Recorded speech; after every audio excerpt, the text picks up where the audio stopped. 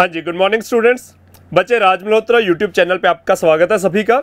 अभी हमने अपना HCS का एग्जाम देखा है, मगर काफ़ी बच्चे आप में से अपीयर भी हुए होंगे। जो नहीं अपीयर हुए, अगले सालों में कभी जाके तैयारी करनी है या अपीयर होना है, उन्होंने भी उम्मीद है कि एग्जाम देखा होगा। तो इसमें जो हमारा CSET वाला पोर्शन था, आपने पहले GS वाला पोर्शन भी डिस्कस कर लिया, तो जो हमारा CSET वाला पोर्शन था उसमें सभी ने देखा है कि रीजनिंग की वेटेज काफ़ी ज़्यादा रही है। तो about half of the exam जो CSET वाला था वो रीजनिंग का पूछा गया है, बाकी हमारा इंग्लिश और मैथ्स जिसमें आपके साथ में DI भी पूछी गई है, तो ये हमारा मैथ्स का रहा है। तो टोटल 100 क्वेश्चंस में से करीब 25 क्वेश्चन हमारे मैथ्स के रहे हैं। 2 क्वेश्चन जो आपके नंबर सीरीज के थे, जिसमें एक ऑड वन आउट बताना था आपने और एक आपने मिसिंग टर्म बतानी थी, वो आपके रीजनिंग वाले पोर्शन में काउंट हुए। तो 25 क्वेश्चंस हमारे मैथ्स के रहे और मैथ्स का जो 25 क्वेश्चंस का सेट है उसमें सिर्फ एक ही क्वेश्चन आपका DI का रहा है। अदरवाइज जो आजकल हमारा सिविल्स, चाहे वो हरियाणा सिविल्स की बात करें, HPS की बात कर ले, PCS की बात कर ले या UPS की भी बात कर ले, हमारे जो सिविल्स के एग्जाम्स हैं उनमें CSET में हमारी DI की वेटेज काफी बढ़ रही है आजकल। लेकिन हमारे हरियाणा सिविल्स के CSET के एग्जाम में DI का सिर्फ एक ही क्वेश्चन था। अरिथमेटिक के जो बाकी मैथ्स के क्वेश्चंस थे वो काफी अच्छे लेवल के थे। रीजनिंग आप सभी ने देखा है कि काफी अच्छे लेवल की थी। तो आज हम अपना इसमें मैथ्स वाला जो पोर्शन है वो एक एक करके सभी क्वेश्चंस को डिस्कस करेंगे। बीच में हमारा DI का भी क्वेश्चन आ जाएगा। तो अभी स्टार्ट करते हैं। हमारा फर्स्ट क्वेश्चन देखिए बच्चे, हमारा फर्स्ट क्वेश्चन एवरेज का है। एग्जामिनर कह रहे हैं कि a batsman played N+2 innings.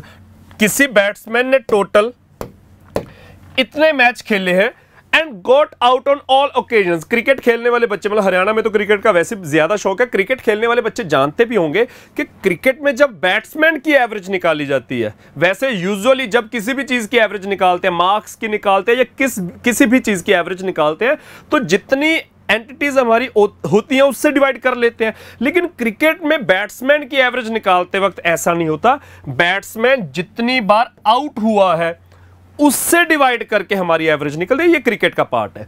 वो कह रहे हैं कि किसी बैट्समैन ने N+2 मैचेस खेले और सभी में चलो आउट हुआ।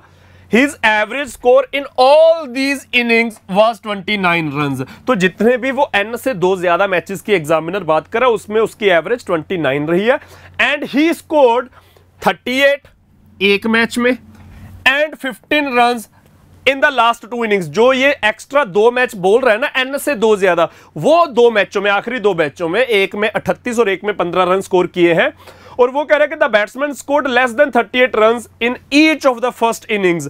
उससे पहले की जो N इनिंग्स है, +2 तो लग लिख दिया, 38 और 15 वाले रन, उससे पहले की जो N इनिंग्स है उसमें बैट्समैन ने हर एक में 38 से कम रन स्कोर किए। और बच्चे, लेस देन 38 का मतलब होता है कि 38 नहीं काउंट करना, 37, 36, 35, 34 काउंट करने हैं। In these innings his average score was 30 and lowest score was X runs. तो वो कह रहे हैं smallest possible value of X। बच्चे, स्मॉलेस्ट पे हम थोड़ा फोकस करेंगे जब क्वेश्चन सॉल्व करेंगे। तो सबसे पहले हमारा कंसर्न है कि N की वैल्यू निकालें। जो N से 2 मैच ज्यादा खेले हैं, N की वैल्यू निकालते हैं। तो बच्चे, जितने भी मैच है N+2, इनमें एवरेज क्या है 29। तो एवरेज का मतलब हम ये कंसिडर कर सकते हैं बच्चे, एवरेज का मतलब हमेशा क्या होता है, इक्वल डिस्ट्रीब्यूशन। जिस भी चीज की एवरेज निकाली जा रही है उसको इक्वली अगर डिस्ट्रीब्यूट करें तो हर एक के पास कितना आएगा। तो N+2 मैचेस में 29 रन की एवरेज का मतलब हर एक मैच में 29 मान सकते हैं हम। लेकिन आखिरी 2 मैचेस में 38 और 15 यानी कि 53 स्कोर है। 38 और 15 53 स्कोर है। लेकिन अगर इसकी एवरेज के हिसाब से बात करें तो हर एक मैच में 29, तो 2 मैचेस में 58 स्कोर होना चाहिए, 29 और 29 58। लेकिन उसका एक्चुअल में कितना है, आखिरी 2 मैचेस में 38 और 15 यानी कि 53 है। तो उसने मतलब 5 रन कम स्कोर किए। 29 तो बच्चे हर एक मैच की, क्योंकि यहां 2 मैचेस की बात हो रही है, तो 2 में 58 होने चाहिए, लेकिन 53 है तो 5 रन कम। उन 5 कम रन्स की वजह से बच्चे उसकी बाकी मैचेस की एवरेज 5 बढ़नी चाहिए थी, लेकिन वो सिर्फ 1 ही बढ़ी है। ओवरऑल आखिरी 2 मैच में जो 5 कम स्कोर किए, वो जो 5 कम है वो पहले सभी N मैचेस में 5 एडजस्ट होंगे। और कैसे एडजस्ट हुए, 29 की जगह एवरेज 30 है यानी कि 1 बढ़ा। तो 1 बढ़ के 5 बनाना है तो कितने मैचेस होंगे, तो बच्चे N जो है वो 5 मैचेस होंगे, 5 इनिंग्स होंगी। ये क्लियर हो गया, ये क्लियर हो गया। तो उसके बाद एग्जामिनर कह रहा है कि इनमें हर एक में उसने 38 से कम स्कोर किए और सबसे कम स्कोर उसका x है, तो x की स्मॉलेस्ट वैल्यू, मैंने कहा था स्मॉलेस्ट पे फोकस करेंगे बच्चे। स्मॉलेस्ट वैल्यू x की तब होगी जब ये 5 मैच हैं, 5 में 1 2 3 4 और 5 में एक में x है, बाकी सभी में लेस देन 38 है, तो x की वैल्यू हमें स्मॉलेस्ट चाहिए। स्मॉलेस्ट का मतलब क्या है, इनमें लार्जेस्ट स्कोर होगा, तो इनमें लार्जेस्ट स्कोर क्या होगा, 37 37 37 और 37, तो इनमें लार्जेस्ट स्कोर होगा बच्चे आपका 37 गुना 4, 37 गुना 4 आपका हो जाएगा मेरे ख्याल से 148, 37 गुना 4 आपका 74, हाँ 148, तो 37 गुना 4 148, तो x की वैल्यू क्या होगी बच्चे, 5 मैचेस की एवरेज आपकी 30 है,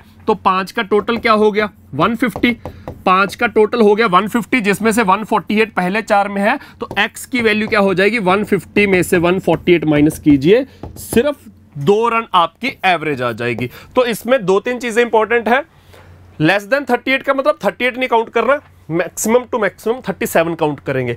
x की स्मॉलेस्ट वैल्यू का मतलब x के बिना बाकी जगह लार्जेस्ट हो, तो 37 हर जगह, 37 इंटू 4 148, लेकिन पांचों की एवरेज, इन 5 मैचेस की एवरेज हमें 30 गिवन है, तो इनका टोटल 150 होगा, तो 148 पहले 4 मैचेस में हो गया, x smallest value will be 2, तो इस क्वेश्चन का आंसर बच्चे आपका फर्स्ट ऑप्शन 2। अगला क्वेश्चन बच्चे आपका DI का है, बहुत इजी क्वेश्चन था, देखते ही आंसर आ रहा था सभी बच्चों का।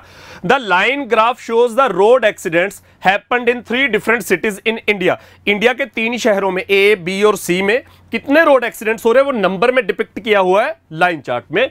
वो कह रहे थे y एक्सिस इन ग्राफ, ये y एक्सिस है, represents the number of accidents, y axis पर number of accidents in which year, जो x एक्सिस पर ईयर्स लिखे हुए हैं 93-4 से शुरू होकर 1999 तक, वो कह रहे किस साल में the difference between the accidents in city A and city C is minimum. वो कह रहे सिटी A और सिटी C के एक्सीडेंट्स जो है हर एक साल में, किस साल में डिफरेंस जो है उनका मिनिमम है। तो बच्चे A शहर कौन सा है जिसमें सर्कल बना हुआ है, C शहर कौन सा है जिसमें ट्रायंगल बना हुआ है। तो बच्चे सर्कल और ट्रायंगल में डिफरेंस मिनिमम का मतलब सबसे नजदीक होने चाहिए, सर्कल और ट्रायंगल, सर्कल और ट्रायंगल, ऐसे हम शुरू से लेकर आखिर तक 7 के 7 साल का नहीं काउंट करेंगे, हमें पता ऑप्शन इन चारों में से आएगा, तो इन चारों को काउंट करेंगे, 94, 5, 6 और 7, तो 94 डिफरेंस कितना है, इनके बीच 2 बार्स है, हर एक बार 10 यूनिट की है बच्चे, हर एक बार 10 यूनिट की है, तो 94 में 2 का डिफरेंस है, 95 में 1, यहां भी 2 का डिफरेंस है, 96 में सर्कल और ट्रायंगल देख रहे हैं 1 का डिफरेंस है, 97 में 2 का डिफरेंस है, तो बच्चे मिनिमम डिफरेंस चाहिए था, तो वो 96 में है। इस क्वेश्चन का आंसर आपका देखते ही आएगा 1996। आगे देखिए, पूरे एग्जाम में DI का सिर्फ यही एक क्वेश्चन था, और जो घोड़े वाला क्वेश्चन था, जो चेस के घोड़े की चाल वाला क्वेश्चन था, वो DI का नहीं है, वो अरिथमेटिक का ही क्वेश्चन है।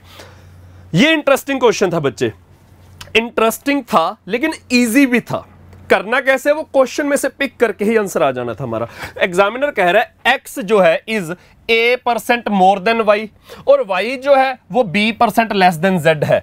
x y z तीनों जीरो से ज्यादा बड़ी, तीनों से जीरो से बड़ी वैल्यूज है, और सबसे important x is greater than z, यहां से क्वेश्चन सॉल्व होगा। Then the relation between a and b is, तो a और b के बीच का रिलेशन क्या होगा बच्चे, ये देखना है। सबसे पहले x जो है y से a% ज्यादा है, a% ज्यादा का मतलब बच्चे कोई भी चीज किसी से अगर 10% ज्यादा है, तो हमने बेस हमेशा 100% मानना होता है ना, कि कोई भी चीज ओरिजिनल अपने आप में 100% है, तो 10% ज्यादा का मतलब 100 में 10 बढ़ा दो, 35% ज्यादा का मतलब 100 में 35 बढ़ा दो, 20% कम का मतलब 100 में से 20 कम कर दो, तो जितने भी परसेंट मोर या लेस है वो 100 में लगता है। तो x की वैल्यू क्या है, y से a% ज्यादा, तो 100 में a जोड़ देंगे, परसेंटेज है तो नीचे 100 इंटू y। ऐसे ही y जो है b% less than z, b% less है तो 100 में से b माइनस करेंगे अपॉन 100, ये z के साथ कंपैरिजन हो रहा है, तो इंटू z। तो बच्चे यहां तक क्लियर है। तो इसके बाद आपने क्या करना है, दोनों जगह से, क्योंकि हमें रिलेशन दिया गया कि x की वैल्यू z से बड़ी है, तो x की वैल्यू तो यहां पर क्लियर है, 100 प्लस x 100 प्लस ए ओवर 100 इंटू वाई। यहां से z की वैल्यू निकालो, तो z की वैल्यू क्या आ जाएगी बच्चे, 100 y के साथ लग जाएगा, ओवर 100 माइनस बी उधर नीचे चला जाएगा, ये z की वैल्यू आ गई। तो बच्चे एग्जामिनर कह रहा है x जो है z से बड़ा है, तो x की वैल्यू आपके साथ लिखी हुई है आपके सामने, z की वैल्यू आपके सामने लिखी हुई है, तो आपने x की वैल्यू जो है वो z की वैल्यू से बड़ी लिख देनी है। तो x की वैल्यू है 100 प्लस a ओवर 100, y ऊपर है, बड़ी वैल्यू है, ग्रेटर देन का साइन डाल के। z की वैल्यू 100 इंटू वाई ऊपर है, नीचे 100 माइनस b है। तो बच्चे y और y कैंसिल हो गए, ये तो सभी बच्चों को दिख रहा है, y और y कैंसिल हो जाएंगे। फिर क्रॉस मल्टीप्लिकेशन कीजिए, क्रॉस मल्टीप्लिकेशन करेंगे तो 100 प्लस a और वो 100 माइनस b ऊपर आ जाएगा, 100 प्लस a उसके साथ 100 माइनस b लग जाएगा, और ये ग्रेटर देन का साइन रहेगा, ये 100 उस 100 के साथ 100 स्क्वायर बन जाएगा। तो बच्चे जब यहां ब्रैकेट खोलेंगे तो 100 प्लस a और 100 माइनस b को मल्टीप्लाई करेंगे तो 100 स्क्वायर प्लस a 100 और माइनस b 100, तो 100 कॉमन लेके a minus b minus a b, bracket खोली, ग्रेटर देन का साइन डाल के 100 स्क्वायर लिख ही देंगे। तो बच्चे 100 स्क्वायर जो दोनों तरफ आ गया वो कैंसिल हो गया, कैंसिल हो गया। तो उसके बाद क्या बचा, यहां बचा 100 इंटू ए माइनस बी, यो के 100 ए माइनस 100 बी बन जाएगा, माइनस ए बी वो ग्रेटर देन, वहां 0 बच गया। तो जो माइनस वाली टर्म्स है वो उधर प्लस में चली जाएंगी, तो यहां 100 ए बचा, ग्रेटर देन माइनस 100 बी है उधर प्लस हो जाएगा, माइनस ए बी है उधर प्लस हो जाएगा, तो 100 बी प्लस ए बी। तो बच्चे b कॉमन लेके देखिए, 100 a is greater than b common 100 plus a। तो बच्चे बिल्कुल सिंपल आपका question, 100 a is greater than b common 100 plus a, C option बिल्कुल सीधा आपका आंसर आ गया। एग्जामिनर ने कहा था कि x जो है z से ग्रेटर है, x is greater than z, तो x की वैल्यू यहां से z की वैल्यू ग्रेटर पुट किया, 4 स्टेप्स में सॉल्व करके आपका आंसर आ गया। तो मतलब आपका ये क्वेश्चन मैं तो यहां पे समझा रहा हूं तो 1-1.5 मिनट या 2 मिनट लग जाएंगे, जब आपने सिर्फ सॉल्व करना है तो ये विद इन 30 to 40 सेकंड्स होने वाला क्वेश्चन था। और इसमें कुछ भी ऐसा नहीं था कि ऑलरेडी आता होना चाहिए तो इसे कर पाएंगे, ये बिल्कुल सीधा। अगर परसेंटेज का ये फंक्शन मालूम है कि कोई चीज दूसरे से a% ज्यादा है तो a% जो ज्यादा होगा 100 में लगेगा, b% जो कम होगा वो 100 में ही लगेगा, बस इतना मालूम होना चाहिए। x z से बड़ा है तो x की वैल्यू तो ऑलरेडी निकली है, z की वैल्यू निकाल ली, बड़ा पुट कर दिया, 4 स्टेप्स में सॉल्व करके आंसर आ गया। बच्चे अगले क्वेश्चन पे आ जाइए। अगला क्वेश्चन बच्चे इंटरेस्टिंग क्वेश्चन है, मैं आपको बता दूं कि यहां तो आपके सिविल्स के एग्जाम में आया लास्ट ईयर, पंजाब में जो पंजाब का था कोऑपरेटिव बैंक का पेपर, पिछले साल अगस्त की बात है, 29 पता नहीं 30 अगस्त को पंजाब का कोऑपरेटिव बैंक का एग्जाम हुआ था, उसमें बिल्कुल सिमिलर क्वेश्चन आया था। देखो ऐसे सिमिलर क्वेश्चंस तो आपने प्रैक्टिस करते हुए भी मतलब परसेंटेज में पढ़े होंगे, लेकिन मैं स्पेशल इसलिए मेंशन कर रहा हूं तो कि इस क्वेश्चन में एक टर्म है, एक वर्ड यूज किया गया है इस क्वेश्चन में जिसने सारी कहानी को पलटा देना था। और वो वर्ड क्या है मैं अभी बताता हूं। Mister Harshal spends 40% of his savings, कि भाई हर्षल की कुछ सेविंग्स है, उसका 40% वो कहां पे खर्चा कर रहा है, on the medical expenses for his wife Mrs Bhasha. Okay, he also spends 20%, वो कितना स्पेंड कर रहा है, 20% each of the remaining amount on his 3 daughters on their education. उसकी 3 बेटियां हैं, उसने सबसे पहले तो जितना भी उसका एक्सपेंसेस होगा, उसकी सेविंग्स होगी, सॉरी एक्सपेंसेस मैं गलती से बोल गया, जितनी भी उसकी इनकम या सेविंग्स होंगी उसका 40% उसने अपनी वाइफ के मेडिकल खर्चों पे किया। जो बच गया, रिमेनिंग वर्ड लिखा हुआ है, जो बच गया उसका 20% ईच फॉर हिज 3 डॉटर्स। 3 लड़कियां हैं, सभी के लिए ईच वर्ड लिखा है, सभी के लिए 20% स्पेंड किया, यानी कि 60% ऑफ द रिमेनिंग। तो बच्चे इस क्वेश्चन में किसी बच्चे ने, देखो पहले तो आप 40% स्पेंड करोगे तो 60% बचेगा, दूसरे केस में डॉटर्स वाले केस में किसी ने 20% नहीं स्पेंड करना था और 80% बच गया। 20% ईच लिखा है तीनों लड़कियों के लिए, तो यानी कि 20 मतलब 60% स्पेंड किया तो 40% बच गया। तो ये क्वेश्चन इसलिए कह रहा हूं कि ईच वर्ड ना लिखा होता तो सिर्फ 20% का स्पेंड था, ईच लिखा है तीनों के लिए तो 60% स्पेंड हुआ on their education from the remaining amount. Further remaining amount जो है half of it was spent for a family trip and the amount remaining in his saving account is rupees 12,000। तो बताइए उसके पास टोटल कितनी money थी। तो बच्चे उसकी टोटल मनी को मैं मनी लिख लेता हूं। इस टोटल मनी में से आपके पास 12,000 बचना चाहिए, यहां पे पहुंचना है हमने। तो टोटल मनी में सबसे पहले क्या हुआ, 40% उसने अपनी वाइफ के मेडिकल खर्चों पे किए। तो 40% फ्रैक्शन में बात करें तो 4/10 या 2/5, वैसे 4/10। 4/10 खर्चा किया तो 6/10 बचा। जो मनी में से 12,000 बच रहे हैं वो 4/10 में तो नहीं मिलेगा, 4/10 तो लगा दिया दुकान पे, 6/10 में से मिलेगा ना। तो मनी का 6/10 ये रिमेनिंग पैसा बच गया।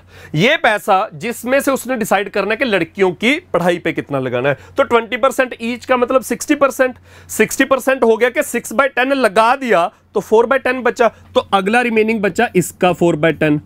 इसमें से फैमिली ट्रिप प्लान करना था तो हाफ ऑफ द मनी 1/2 लगा दिया तो बाकी का 1/2 बचा, और वो जो 1/2 बचा वो है 12,000 के बराबर। तो बच्चे उसका टोटल मनी क्या होगा इनिशियली, सॉल्व कर लीजिए। ये आ गया 2, 6 × 2 12 है, इधर आ गया 1000 के पास 10 गया 10,000, एक और 10 गया 1 लाख रुपए। तो बच्चे उसकी टोटल मनी क्या थी इनिशियली, 1 लाख रुपीज। तो 1 लाख बच्चे आपका बी ऑप्शन इस क्वेश्चन का आंसर आ जाएगा। ईच वर्ड सबसे इंपॉर्टेंट है इस क्वेश्चन में। अगला क्वेश्चन बच्चे आपको पेन भी उठाने की जरूरत नहीं थी, बड़े आराम से आंसर आ जाएगा। लिटरली मैं बोल रहा हूं कि पेन उठाने की जरूरत नहीं थी और विद इन 3 और 4 सेकंड्स आपका आंसर था। The ratio between the prices of 2 bicycles is 15:26। Examiner कह रहा है कि 2 बाइसिकल है, दोनों के जो प्राइस है, जो भी उनकी कॉस्ट होगी, उनकी रेशियो 15:26 है। आगे कुछ भी पढ़ने की जरूरत नहीं है। इसका मतलब पहला जो बाइसिकल है उसकी कॉस्ट 15 का कोई मल्टीपल, दूसरी जो बाइसिकल है उसकी कॉस्ट 26 का multiple. If the price of first is increased by 10% and that of the second by ₹550, the ratio becomes 13:22। जो पहले 15:26 था, ओरिजिनल कॉस्ट था, उनका प्राइस था, पहले को 10% इंक्रीज किया और दूसरे को ₹550 इंक्रीज किया, तो दोनों के प्राइस नए आ गए। वो कह रहे हैं कि 13:22 में है। What were the initial prices, और वो भी दोनों बाइसिकल्स के। हमारे क्वेश्चन में भी 2 वैल्यूज है, हर एक ऑप्शन में 2 वैल्यूज है दोनों बाइसिकल्स की। तो बच्चे हमने इनकी वैल्यूज बतानी है। इनकी वैल्यूज बताने का मतलब पहला जो बाइसिकल है उसकी कीमत 15 और दूसरा जो है उसकी कीमत 26। तो पहले से ही आंसर आ जाएगा कि भाई पहले बाइसिकल की कीमत 15 का मल्टीपल तो होगी। तो 15 का मल्टीपल क्या होगा, 15, 30, 45, 60, 75, 90, 105, 120। 15 के मल्टीपल क्या होंगे, जिनके पीछे या तो 5 आएगा या 0 आएगी। 15 का कोई मल्टीपल है जिसके पीछे 3 आ जाएगा, 7 आ जाएगा, 8 आ जाएगा, ऐसा कुछ भी नहीं है। 15 का मल्टीपल वही होगा ना जिसके पीछे 5 या 0 आएगा। तो 9 नहीं आ सकता, 0 आ सकता, 9 नहीं आ सकता, 9 नहीं आ सकता। तो सिर्फ सेकंड ऑप्शन। बच्चे यहां इस क्वेश्चन में हमें यह नहीं पता कि सेकंड ऑप्शन सही है या नहीं, हमें यह पता बाकी 3 गलत है। फर्स्ट, थर्ड और फिफ्थ, फोर्थ गलत है, ये कंफर्म हुआ। तो ऑप्शन एलिमिनेट हुए, सेकंड कंफर्म नहीं हुआ कि सही है। ये वैल्यू 26 का मल्टीपल भी होगी तो 26 के मल्टीपल से भी चेक कर सकते हैं।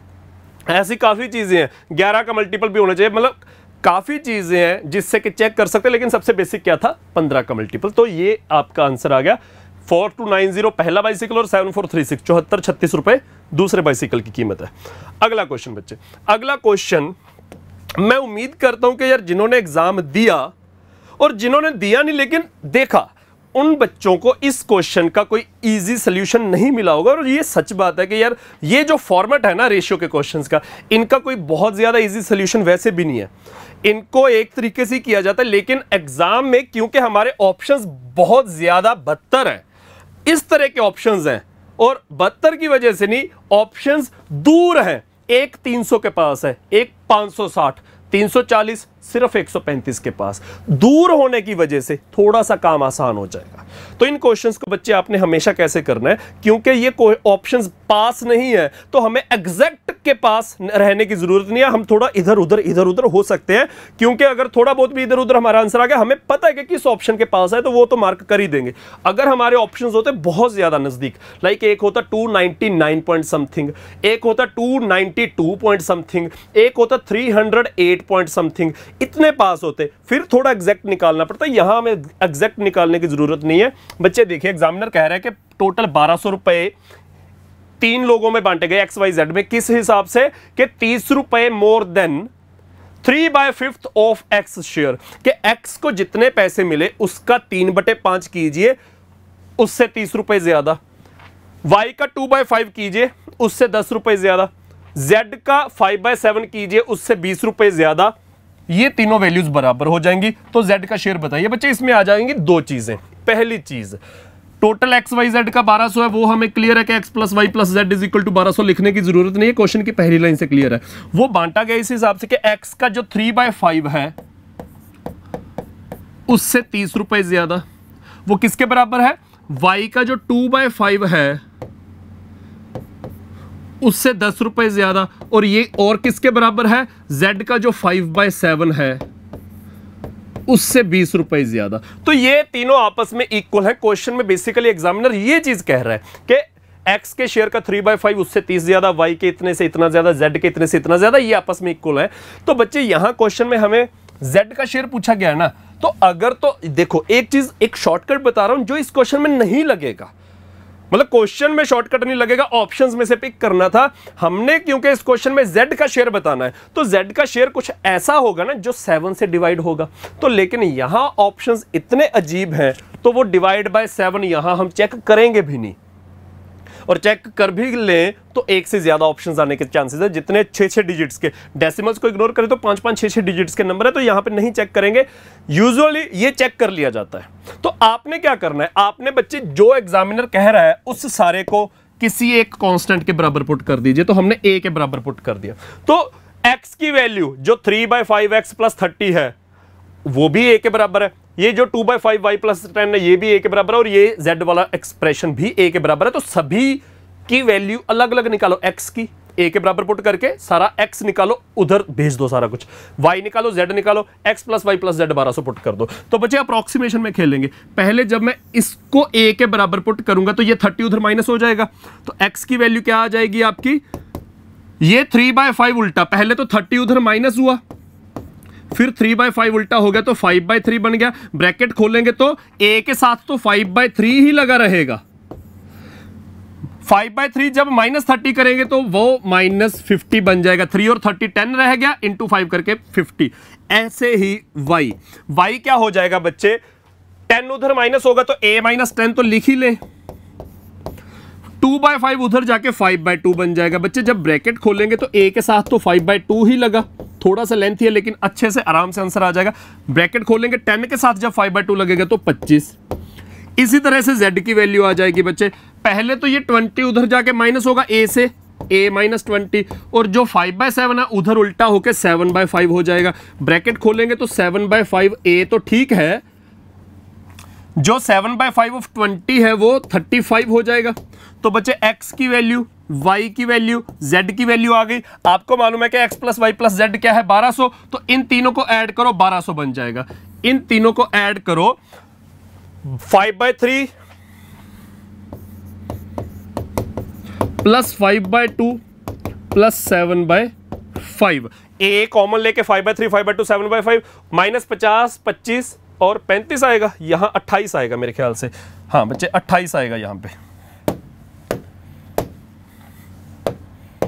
यहां 35 की जगह 28 आएगा।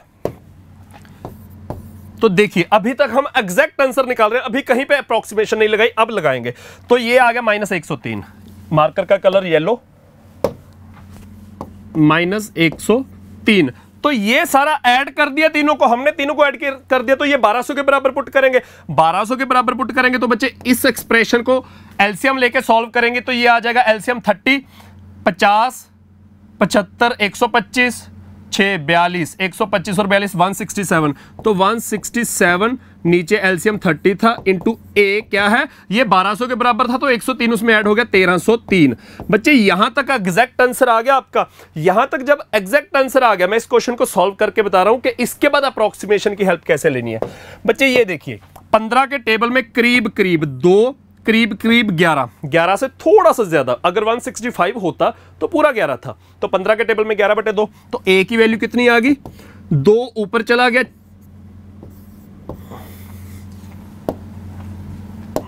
2606, 11 नीचे रह गया। तो बच्चे a की वैल्यू आ जाएगी आपकी कुछ 235 के करीब, अप्रोक्सीमेटली 235 के करीब, अप्रोक्सीमेट वैल्यू निकाल ली। जब ए की वैल्यू 235 के करीब आ गई, आपने जेड का शेयर निकालना है, तो ए की वैल्यू क्या है, ये 235 है, तो 20 उधर माइनस हो गया, 215, 5/7 जेड जो है 215, तो जेड की वैल्यू क्या आ जाएगी, 215 करीब करीब था, 7 ऊपर 5 नीचे, ये आ गया 43 इंटू 7 हो जाएगा बच्चे आपका 301। तो ए की वैल्यू, जेड की वैल्यू सॉरी 301 आ गई। तो कौन सा ऑप्शन है जो सबसे पास है, दैट इज 299.698। तो ये आपका ऑप्शन जेड, अपना जेड की जो हमने अप्रोक्सीमेट वैल्यू निकाली है उसके सबसे नियरेस्ट है। इसलिए मैंने कहा था कि क्योंकि इस क्वेश्चन में आपके ऑप्शंस काफी दूर है, तो बड़े आराम से कहीं पे भी जाके आप अप्रोक्सीमेशन में चले जाइए, आपका आंसर सही आंसर के बिल्कुल आसपास आ जाएगा और वो आपका आंसर मार्क भी कर सकते हो। अगले क्वेश्चन पे देखिए बच्चे, अगला क्वेश्चन बहुत ईजी क्वेश्चन है। Ram and Shyam together have ₹285। अभी जो 2 महीने पहले पंजाब के सिविल सर्विसेज के एग्जाम में नैब तहसीलदार का एग्जाम हुआ था, पीपीएससी ने नैब तहसीलदार का एग्जाम कंडक्ट किया था, उसमें बिल्कुल सेम फॉर्मेट का क्वेश्चन आया था। वो कह रहे हैं कि राम एंड श्याम के पास टोटल ₹285 है। If 2/3, 2/3 of money with Ram is equal to 3/5, 3/5 of money with Shyam, then what is the money with Ram. तो एग्जामिनर कह रहा है कि राम और श्याम के पास टोटल क्या है, 285, उसमें से राम के पास R है, श्याम के पास S है। तो एग्जामिनर कह रहा है कि 2/3 of R is equal to 3/5 of S। तो बच्चे आपने और कुछ नहीं करना, रेशियो का फंक्शन यूज करना है। तो जो इधर ऊपर 3 है वो इधर R के नीचे आ जाएगा, ये जो ऊपर 2 है ये S के नीचे चला जाएगा। तो बेसिकली ये क्या बन गया, राम और श्याम का रेशियो बन गया 9:10। तो आपने राम का शेयर निकालना है, तो राम का शेयर 9 का मल्टीपल एक ही ऑप्शन है, यहां से आंसर मार्क कर सकते हो। राम का आंसर 9 का मल्टीपल आएगा, तो राम पूछा है तो 9 का मल्टीपल एक ही ऑप्शन है। अगर निकालना है तो टोटल 9 और 10 19, क्योंकि हमें टोटल दिया हुआ है क्वेश्चन में, तो 19 की वैल्यू 285, 19 की वैल्यू 285, तो 1 यूनिट की वैल्यू 15, 1 यूनिट 15 तो 9 यूनिट, 9 गुना 15 आपका आंसर वही 135 ही आएगा। अदरवाइज वैसे ही पता लग गया था आंसर 9 का मल्टीपल आएगा, तो सिर्फ एक ही ऑप्शन है 9 का मल्टीपल। ये 9 का मल्टीपल नहीं है, 150 जो है 3 का मल्टीपल है, 9 का मल्टीपल नहीं है, तो 150 नहीं आएगा। 200 और 85 तो वैसे ही नहीं आएंगे, सिर्फ 135 आपका आंसर। अगला क्वेश्चन देखिए बच्चे, अगला क्वेश्चन बहुत easy. 2 buses are at 2 different places, जो एक दूसरे से 76 किलोमीटर दूर है। They start moving towards each other। बच्चे towards each other का मतलब होता है कि ऑपोजिट डायरेक्शन में मूव कर रही हैं, और ऑपोजिट डायरेक्शन में रिलेटिव स्पीड जो होती है वो ऐड हो जाती है। If their speeds are 20 kilometres per hour and 18 kilometres per hour respectively, then after how much time will they meet each other. हमने क्या निकालना है, टाइम। तो बच्चे टाइम स्पीड डिस्टेंस चैप्टर में अगर तो कोई एक ही ऑब्जेक्ट मूव करे तो वो जितना मर्जी डिस्टेंस कवर करे, जिस मर्जी स्पीड से मूव कर रहा है, वो कितना टाइम लेगा, डिस्टेंस अपॉन स्पीड।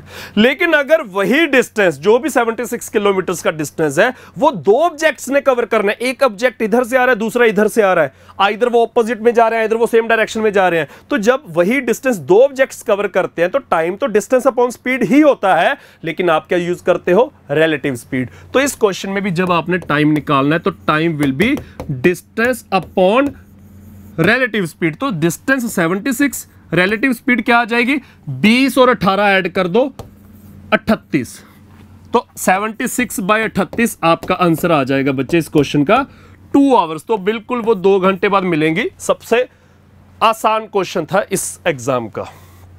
अगला क्वेश्चन देखिए बच्चे, ये बहुत इंटरेस्टिंग क्वेश्चन था, नंबर सिस्टम में से क्वेश्चन था, बहुत इंटरेस्टिंग क्वेश्चन था। होपफुली काफी बच्चों ने बिना सॉल्व किए मार्क किया होगा, काफी बच्चे वैसे सॉल्व भी करके आए होंगे, फिर आंसर निकाला होगा। अगर जिनसे हुआ है, उम्मीद है कि कुछ बच्चे बिना सॉल्व करके भी आंसर मार्क करके आए होंगे और सही आंसर मार्क करके आए होंगे। एग्जामिनर कह रहा है कि एक कार है, उसकी जो नंबर प्लेट है वो 4 डिजिट्स का नंबर है। A car has a 4 digit number such that none of its digits is 0। उसमें से चारों डिजिट्स में से कोई 0 नहीं है, ये कंफर्म है। इफ यू रिमूव सेकंड और 4th डिजिट, बच्चे मान लीजिए 4 डिजिट्स कौन से हैं, ABCD। अभी हम अपनी ओर से ABCD मान के चल रहे हैं।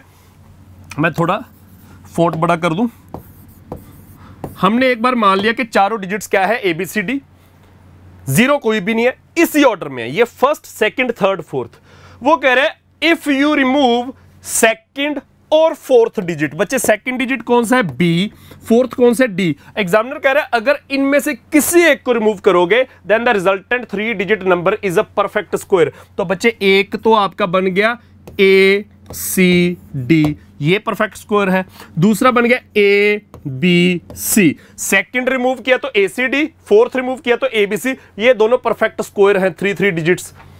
और वो कह रहा है if you remove first digit, अगर पहला डिजिट ए रिमूव कर दो, resultant 3 digit number is a palindrome. Hopefully palindrome का मीनिंग काफी बच्चों ने पढ़ा होगा, उम्मीद है कुछ बच्चों को पहली बार देखने को मिला होगा। यह भी उम्मीद है कि कुछ बच्चे जिन्होंने पहली बार क्वेश्चन पेपर में यह वर्ड पढ़ा होगा उन्होंने अंदाजा लगा लिया होगा कि इसका मतलब क्या है। तो बच्चे इसका मतलब होता है जब कोई चीज, सिर्फ नंबर्स में नहीं अल्फाबेट्स में भी, जब कोई चीज सीधे से पढ़े और उल्टे से पढ़े, सिमेट्रिकल हो। जैसे अगर नंबर की बात करें तो बच्चे 7 का क्यूब जो है 343, 343 से पैलिंड्रम, इधर से पढ़ो चाहे उधर से पढ़ो सेम है। मैं एक दिन पढ़ रहा था पैलिंड्रम के बारे में, नर्सिस रन, ये वर्ड है ना, नर्सिस रन, नर्सें भाग रही हैं, नर्सिस रन जो वर्ड है ये पैलिंड्रम है। NURSESRUN, NURSESRUN, तो ये पैलिंड्रम क्या होता है? जिसे आगे से पढ़े या पीछे से पढ़े सेम है, मतलब वो नंबर्स में भी हो सकता है, अल्फाबेट्स वर्ड्स में, लेटर्स में भी हो सकता है। तो यहां नंबर्स की बात हो रही है। तो बच्चे वो कह रहे हैं कि अगर इसे हटा दें तो BCD पैलिंड्रम है, तो इसका मतलब B और D बराबर है। ये चीज क्लियर होगी। तो B और D बराबर है, तो बच्चे अब हमें D लिखने की कहीं पे जरूरत ही नहीं है, जहां जहां D लिखा हुआ है वहां वहां B लिखिए।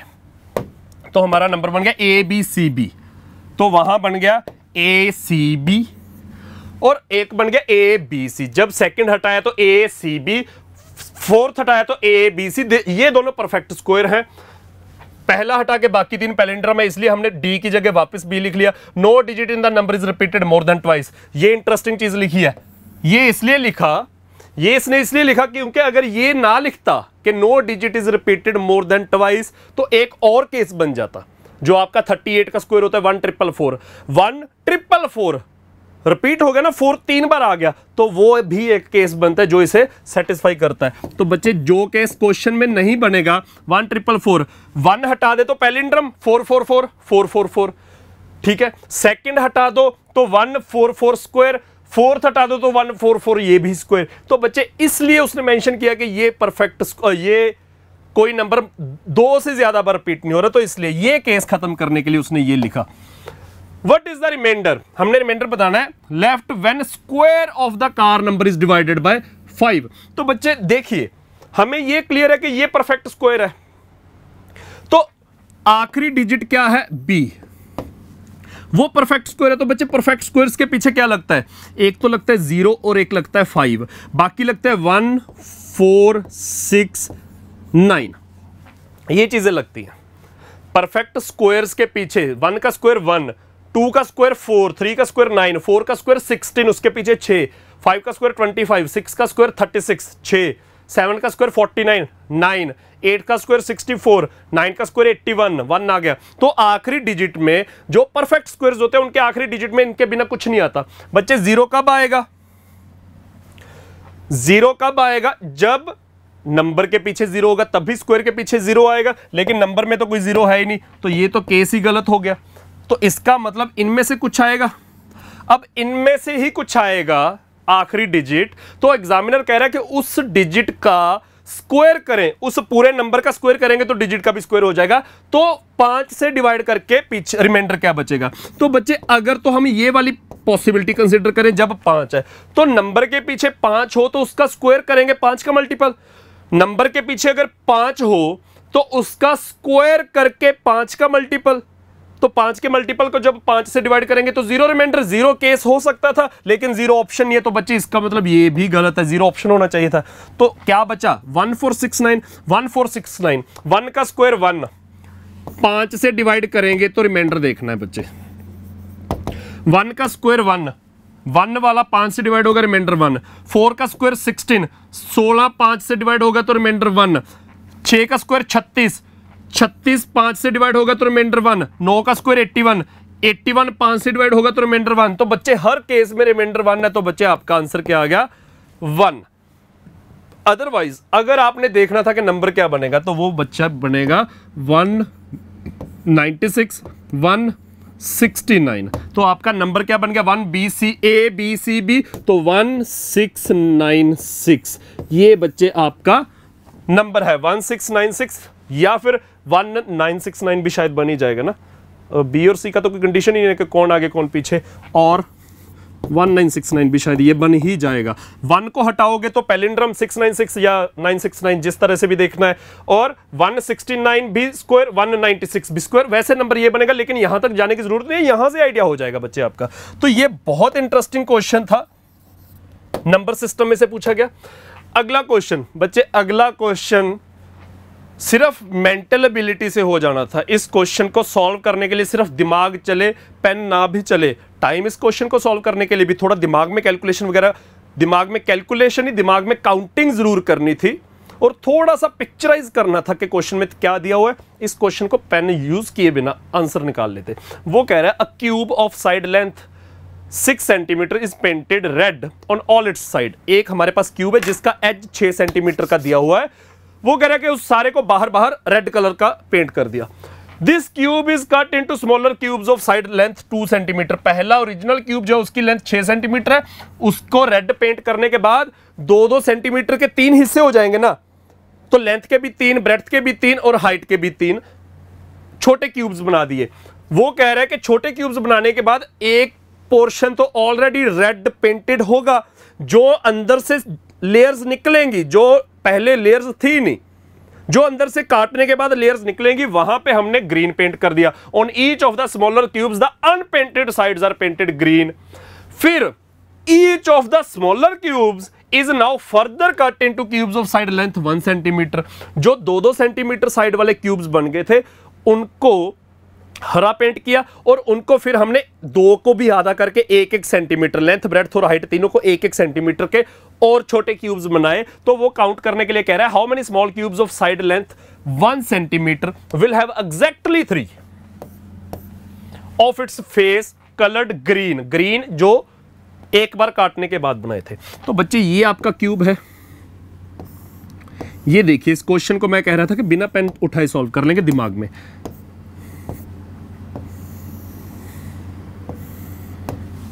ये आपका क्यूब है जिसकी आपको लेंथ दी हुई है 6 सेंटीमीटर ओरिजिनल। तो बच्चे ये जो 6 फेसेस है, फ्रंट ऊपर वाला, राइट और लेफ्ट, ऊपर नीचे फ्रंट और बैक साइड पीछे, तो ये जो 6 फेसेस है सभी को रेड पेंट कर दिया। रेड पेंट करने के बाद क्या होगा बच्चे, ये वर्टेक्स है, ये वर्टेक्स है, ये एज है। जो वर्टेक्स है, वर्टेक्स के ऊपर क्या लग रहा है, जैसे पंजाब का एक एरिया आप सभी ने पढ़ा होगा, जो मंडी डब वाली एरिया है, वो हरियाणा को भी लगता है, मतलब हरियाणा को भी लगता है, और वो गंगानगर की तरफ राजस्थान को भी लग रहा है और पंजाब को भी लग रहा है। तो बच्चे वो एक ऐसा पॉइंट आ गया, वो वर्टेक्स पॉइंट आ गया जो 3 स्टेट्स को लग रहा है। तो ये वो वर्टेक्स पॉइंट है जो फ्रंट वाले फेस को भी लग रहा है, राइट वाले को भी लग रहा है, नीचे वाले को भी लग रहा है। तो इसके 3 साइड्स रेड पेंट होंगे ना, एक नीचे, एक आगे, एक राइट पे। तो ऐसे ही आपके जो टोटल 8 वर्टिसेस हैं, एक ये है, ऊपर 4 हैं, नीचे भी 4 हैं, एक पीछे होगा। ये जो 8 वर्टिसेस हैं, ये 3 जगहों पे रेड पेंट होंगे। तो मतलब 3 जगहों पे सेम कलर कहां पे होता है, वर्टेक्स पे जो पॉइंट बनते हैं। तो बच्चे फिर इसको हमने काट दिया 2-2 सेंटीमीटर में, तो 3 हिस्से हो गए, तो 3 ही हिस्से ऐसे हो गए। तो ये बच्चे इस तरह से जब हमने काट दिया इसे, तो इधर भी 3, इधर भी इस तरह से। मैं हर जगह डिवीज़न नहीं करूंगा, लेकिन दिखा ज़रूर सकता हूं आप सभी को कि कुछ इस तरह की डिवीज़न हो जाएगी। इस तरह की जब डिवीज़न होगी तो बच्चे जो पोर्शन यहां काटने के बाद निकलेगी लेयर्स, वो हमने ग्रीन पेंट कर दी। फिर उनको, ये हमारा 2 सेंटीमीटर साइड वाला मान लीजिए क्यूब बन गया। इसकी साइड क्या है, 2 सेंटीमीटर, जिसमें कुछ तो ऑलरेडी रेड पेंटेड बाहर से आया था, बाकी जो नई लेयर्स बनी वो हमने ग्रीन पेंट कर दी। तो इसको फर्दर हमने बच्चे काट दिया 2 को 1-1 सेंटीमीटर में।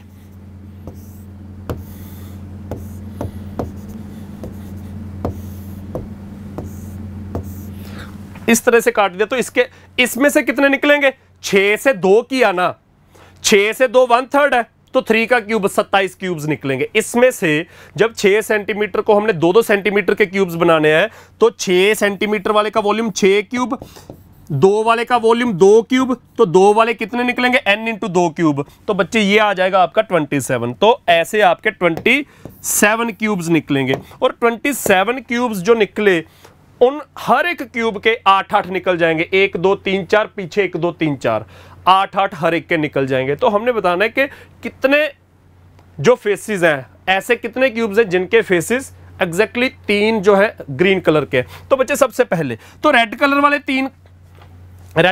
3 काउंट कर रहे हैं, तो सिर्फ 8 बनेंगे, सिर्फ 8 बनेंगे ना, 8 वर्टिसेस जो हैं। तो बच्चे ग्रीन कलर वाले 3 कहां पे बनेंगे, ग्रीन कलर वाले 3 बनेंगे जो ग्रीन वाले वर्टिसेस पे होंगे। तो ग्रीन वाले वर्टिसेस देखिए बच्चे, अब इस क्यूब को देखिए, मैं इस क्यूब की बात कर रहा हूं, मैं बच्चे आपको लॉजिकली समझा रहा हूं इस क्वेश्चन को सॉल्व करना। इस क्यूब की बात कर रहा हूं मैं,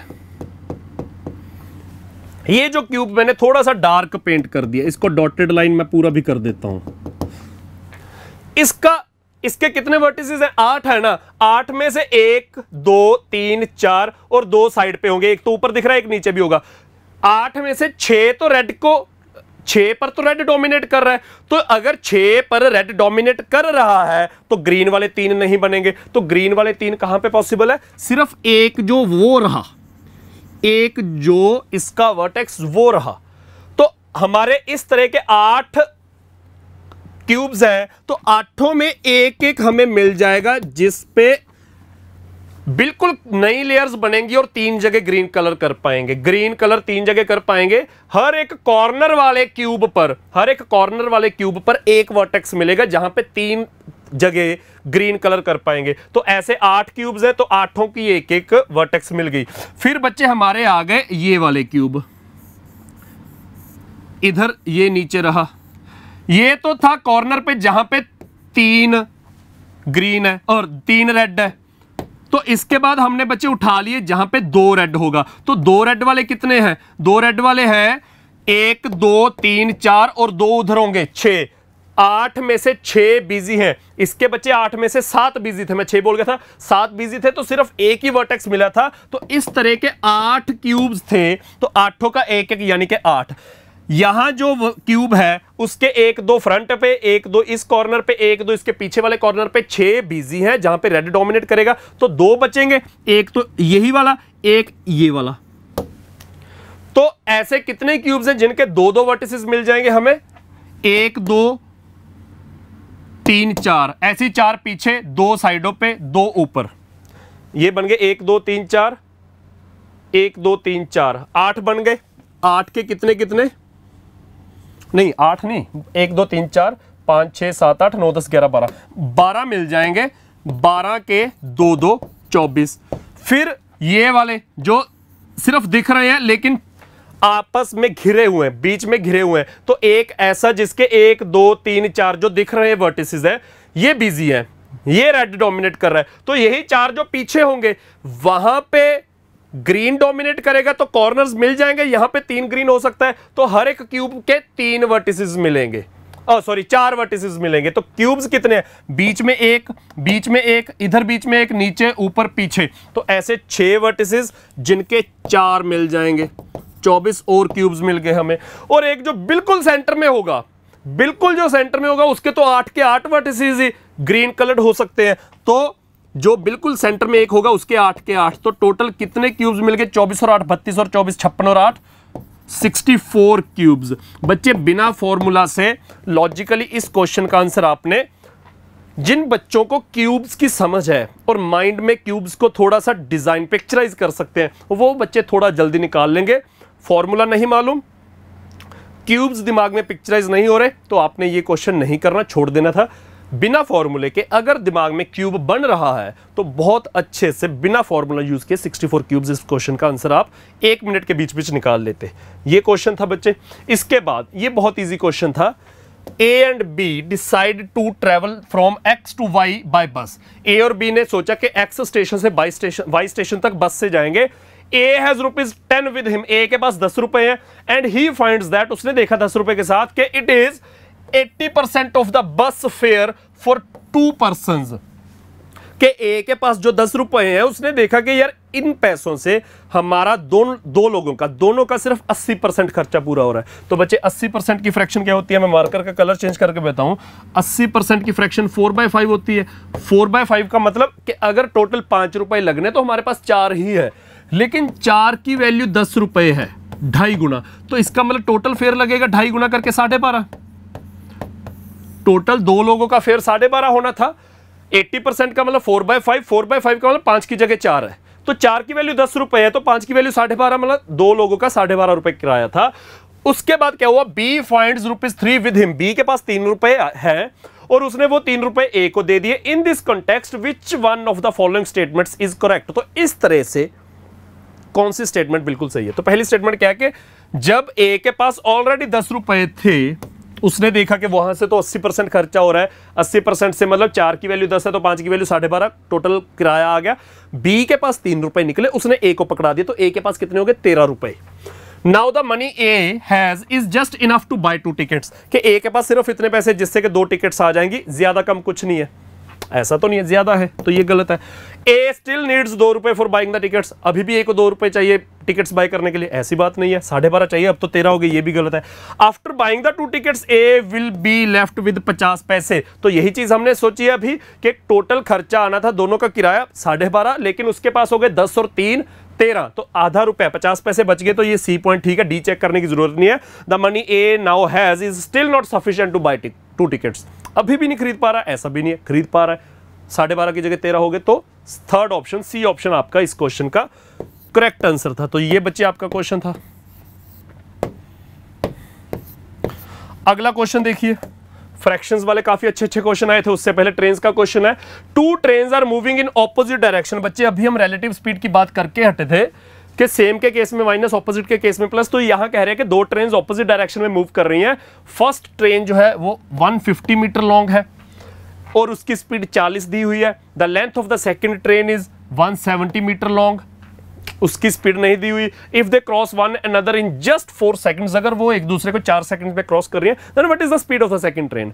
तो सेकंड ट्रेन की स्पीड फर्स्ट की दी हुई है 40, सेकंड की क्या होगी, ये हमारा क्वेश्चन है। तो बच्चे जब हमने क्वेश्चन निकालना है, जब भी किसी डिस्टेंस को 2 ऑब्जेक्ट्स क्रॉस कवर करते हैं तो हमेशा हमने रिलेटिव स्पीड यूज करनी है। तो जब कोई ट्रेन दूसरी ट्रेन को, या कोई ट्रेन किसी ब्रिज, प्लेटफॉर्म, टनल, किसी भी ऐसी चीज को क्रॉस करते हैं जिसकी अपनी कोई लेंथ है, तो बच्चे टोटल डिस्टेंस दोनों ऑब्जेक्ट्स की लेंथ्स को ऐड कर लो। तो यहां इस क्वेश्चन में हमने स्पीड फाइंड करनी है, तो स्पीड हमेशा हम यूज करेंगे रिलेटिव, जो कि ऑपोजिट के केस में प्लस हो जाएगी। तो यहां दोनों ट्रेन की स्पीड प्लस होकर क्या हो जाएगी, 40 प्लस दूसरी ट्रेन की स्पीड को मैं ST लिख लेता हूं, वो किसके बराबर है, स्पीड होती है डिस्टेंस अपॉन टाइम। तो डिस्टेंस आ गया बच्चे आपका 320 डिवाइड बाय टाइम आपका आ गया 4। तो बच्चे जो आपकी स्पीड है वो 40 भी किलोमीटर पर आवर में है, और जो आपने ट्रेन की स्पीड निकालनी है वो भी किलोमीटर पर आवर में, चारों ऑप्शन से पता लग रहा है। तो यहां भी किलोमीटर पर आवर होना चाहिए, तो यहां 320 मीटर है, 4 सेकंड है, तो किलोमीटर पर आवर बनाने के लिए 18/5 कर देंगे। तो बच्चे 4 × 5 20 हो गया, 20 के टेबल में 16, 16 × 18 हो गया, मेरे ख्याल से आपका 288। तो 40 प्लस दूसरी ट्रेन की स्पीड 288 है, तो दूसरी ट्रेन की स्पीड क्या आ जाएगी, 288 में से 40 माइनस कीजिए, 248 किलोमीटर पर आवर। तो इस क्वेश्चन का आंसर आपका first option 248 kilometre per hour आ जाएगा। तो ये क्वेश्चन था बच्चे, इजी था क्वेश्चन। ये क्वेश्चन मतलब वैसे तो इजी था, लेकिन अपने आप में डिजाइन हुआ एक नए तरह का क्वेश्चन था। क्वेश्चन क्या था, a man covers distance of 1400 kilometre, कोई आदमी 1400 किलोमीटर डिस्टेंस कवर कर रहा है इन 80 डेज, कैसे, रेस्टिंग 10 आवर्स पर डे। तो हर रोज 10 घंटे का रेस्ट करने के बाद वो 80 दिन में 1400 किलोमीटर कवर कर रहा है। तो बच्चे 10 दिन का रेस्ट करने का मतलब पूरे दिन में तो 24 ही घंटे होते हैं, उसमें से अगर उसने 10 घंटे का रेस्ट किया तो उसने काम किया बाकी के 14 घंटे, 24 में से 10 माइनस कर दो। इसी तरह से वो कह रहा है कि if he rest 16 hours per day, अगर वो 10 की जगह 16 घंटे रेस्ट करे, and walks at 2.5 times the previous speed, पहली स्पीड से 2.5 गुना तेज ट्रेवल करे, then in how many days, हमने डेज निकालने हैं, in how many days will he cover नया डिस्टेंस 1000 किलोमीटर्स। तो बच्चे आप सभी को ये तो मालूम है कि डिस्टेंस किसके बराबर होता है, स्पीड इनटू टाइम। आप सभी को ये तो मालूम है कि डिस्टेंस क्या होता है, स्पीड इनटू टाइम। तो पहले केस में डिस्टेंस d1 वो किसके बराबर, s1 t1। दूसरे केस में डिस्टेंस d2 वो किसके बराबर, s2 t2। तो डिवाइड कर देंगे तो d1 ओवर d2 क्या आ जाएगा, s1 t1 over s2 t2। तो डिस्टेंस कितना आ गया बच्चे, पहले केस का 1400, दूसरे का 1000, पहले का 1400 दूसरे का 1000, किसके बराबर, स्पीड इनटू टाइम। तो पहले की स्पीड तो नहीं थी दी हुई, दूसरे की स्पीड 2.5 गुना, 1 से 2.5 लिख सकते हैं या दुगना करके 2 गुना करके 2 से 5 लिख सकते हैं। तो पहले केस में स्पीड 2, दूसरे में 5। टाइम 80 दिन में काम खत्म, डेली 14 घंटे करके, तो 80 इंटू 14 घंटे। दूसरे केस में टाइम डेज पता नहीं कितने हैं, 16 घंटे का रेस्ट यानी कि 8 घंटे का काम इंटू 8 बच्चे सॉल्व करके आपका आंसर आ जाएगा। तो ये बच्चे आपका आ गया 7/5 200 के टेबल में, ये 5 और वो 5 कैंसिल, ये 7 और ये 14 कैंसिल, 8 और 80 आ गया 10। तो बच्चे डी इधर ऊपर आ जाएगा, डी इधर ऊपर आ जाएगा, वो आ गया 10 इंटू 2 20 इंटू 2 40। तो बच्चे आपका आंसर आ जाएगा 40 डेज। इस क्वेश्चन का आंसर आपका सी ऑप्शन 40 डेज है। इसके साथ अगला क्वेश्चन देखिए, ये बच्चे आपके आगे फ्रैक्शंस वाले जो 3-4 क्वेश्चंस पूछे गए, जिसमें से एक क्वेश्चन पता नहीं 2 क्वेश्चन थोड़े से लेंथी भी हैं। ये थोड़ा इजी क्वेश्चन है। एग्जामिनर कह रहा है कि एक फ्रैक्शन है बिकम्स 3/5, कोई ओरिजिनल फ्रैक्शन है वो 3/5 बन जाएगी कब, if 3 is added to both the numerator and the denominator. अगर ओरिजिनल फ्रैक्शन का जो ऊपर न्यूमरेटर है और नीचे डिनोमिनेटर है उन दोनों में 3 बढ़ा दें तो वो 3/5 बन जाएगी। और इसी तरह से it becomes 1/2 if 5 is subtracted from both, अगर दोनों से 5 माइनस कर दे तो वो 1/2 बन जाएगी। Then what is the fraction. तो बच्चे फ्रैक्शन क्या होगी, इसमें और कुछ नहीं करना, ऑप्शंस उठा लो। पहला ऑप्शन क्या है, 21/37।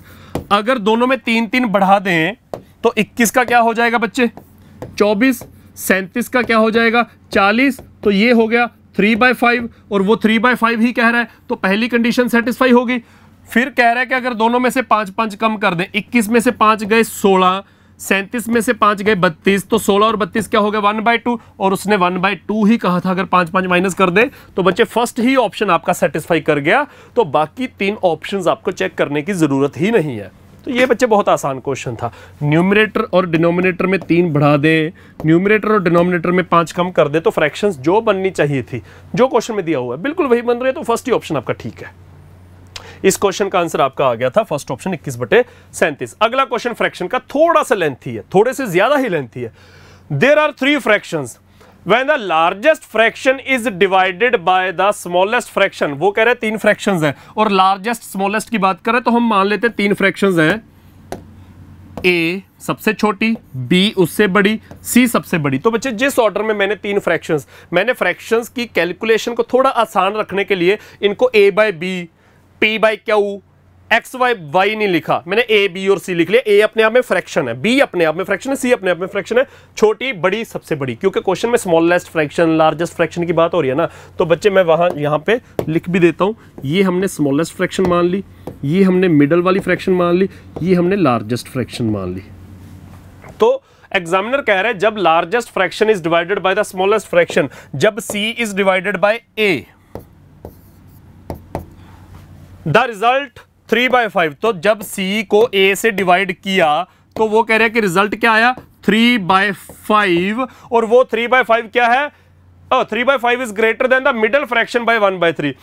तो जब c को a से डिवाइड किया तो रिजल्ट 3/5 आया। वो क्या है, बीच वाली जो फ्रैक्शन है b, उससे 1/3 ज्यादा। तो 3/5 क्या है, b से 1/3 ज्यादा, वो 3/5 है। तो यहां सॉल्व करके बच्चे आपकी b की वैल्यू क्या आ जाएगी, 3/5 में से ये 1/3 उधर माइनस हो जाएगा, तो माइनस करके बच्चे आपकी b की वैल्यू आ जाएगी 15, 4/15। b की वैल्यू आ गई आपकी, a और c बाकी है। निकालना क्या है, what will be the difference between largest and the middle fraction. तो हमने c माइनस मिडल वाली b है, हमने c माइनस b निकालना है, हमारा ये क्वेश्चन है। अभी हमने सिर्फ b की वैल्यू निकाल ली। इसके बाद वो कह रहा है the sum of the three fractions is 3 2/5। 3 2/5 बन गया आपका 17/5। a plus b plus c जो है वो 17/5 है, लेकिन इसमें से हमें b की वैल्यू तो 4/15 गिवन है, तो b की वैल्यू अगर बच्चे हम 4/15 पुट करेंगे, 4/15 पुट करेंगे तो a प्लस सी आ जाएगा। a प्लस सी कितना आ जाएगा, 4/15 उधर जाके माइनस होगा तो 17 51 47/15, ये आ गया 47/15। यहां तक सॉल्व कर लिया बच्चे आपने। अभी a और c हमें रिलेशन में दिया हुआ है कि 3/5 है, c ओवर a दिया हुआ है ना, सॉरी a ओवर c नहीं, c ओवर a दिया है, तो हमें यहां c ओवर a कर लेना चाहिए। c ओवर a करेंगे तो सभी को a से डिवाइड कर दें, तो बच्चे सभी को a से डिवाइड होता देखें, ये a से डिवाइड होगा, ये a से डिवाइड होगा, तो ये भी a से डिवाइड हो गया, तो ये तो हो गया 1, ये हो गया आपका 3/5, c ओवर a 3/5, और वो हो गया 47/15a। तो बच्चे 1 प्लस 3/5 तो हो गया 8/5, तो 47/15a that is equal to 8/5। तो यहां से आपकी a की वैल्यू कितनी आ जाएगी, a की वैल्यू आ जाएगी, a ऊपर चला गया 8 नीचे 5 3 15 47/24, तो a आ गया आपका 47/24। लेकिन हमें a तो चाहिए ही नहीं, हमें तो c चाहिए, क्योंकि हमने c माइनस b आंसर करना है, b आ चुका है, c निकालना है। तो a की जब आपके पास वैल्यू आ गई तो a उधर मल्टीप्लाई हो जाएगा, तो c क्या आ जाएगा आपका, c आ जाएगा 3/5 इंटू a मल्टीप्लाई हो गया 47 नीचे 24, तो ये आ गया बच्चे आपका 47/40। तो आपकी a b c की तीनों वैल्यूज आ गई, थोड़ा सा लेंथी हो गया। अब c माइनस बी करके आपका आंसर आ जाएगा, तो मार्कर का colour white, c minus b 47/40 minus 4/15, तो ये आ गया बच्चे आपका 120, 3 गुना 141, 8 गुना 32, आंसर आ गया 109/120। तो 109/120 बचे सेकंड ऑप्शन आपका आंसर। थोड़ा सा लेंथी जरूर चला गया, लेकिन एक ही फ्लो में कहीं पे जाके हम रुकेंगे नहीं, एक ही फ्लो में आंसर जरूर निकाल सकते हैं। तो ये हमारा थोड़ा लेंथी क्वेश्चन था। तो ओवरऑल पूरे पेपर में जब मैं कह रहा हूं कि 25 क्वेश्चन आए हैं, तो 25 में सिर्फ एक ही डीआई का क्वेश्चन था, वो लेंथी नहीं था, वो बिल्कुल देखते ही आंसर आ गया। बाकी जो 24 क्वेश्चन हमारे नंबर सिस्टम में से, मैथ्स में से, सभी में से आ रहे हैं, अलग अलग अरिथमेटिक के चैप्टर्स में से आ रहे हैं, तो उसमें से 6 से 7 क्वेश्चन थे जिनमें हमें दिक्कत वैसे कोई नहीं आई, लेंथी बहुत थे। तो ये उनमें से क्वेश्चन था जो थोड़े से ज्यादा लेंथी क्वेश्चंस थे। इसके बाद फ्रैक्शंस वाला क्वेश्चन, इस क्वेश्चन में क्वोशिएंट टर्म अगर बच्चों ने पढ़ी होगी तो थोड़ा इजीली कर पाए होंगे। क्वेश्चन है the product of two fractions is 5/4 and their quotient is 4/20. If the denominator of one fraction is 2/5 times that of the other fraction, then what is the sum of the two fractions? बच्चे बहुत interesting question. Examiner कह रहा है कि दो fractions हैं, उनका product 5/4 है, तो एक फ्रैक्शन मैंने a मान ली, दूसरी फ्रैक्शन मैंने b मान ली, दैट इज 5/4, और उनका क्वोशिएंट 4/20 है, मतलब डिवाइड कर दो, a divide by b is 4/20, ये हमें दिया हुआ है। इसके बाद एग्जामिनर कह रहा है if the denominator of the one fraction is 2/5 times that of the other fraction, then what is the sum of the two fractions. हमने a प्लस b निकालना है।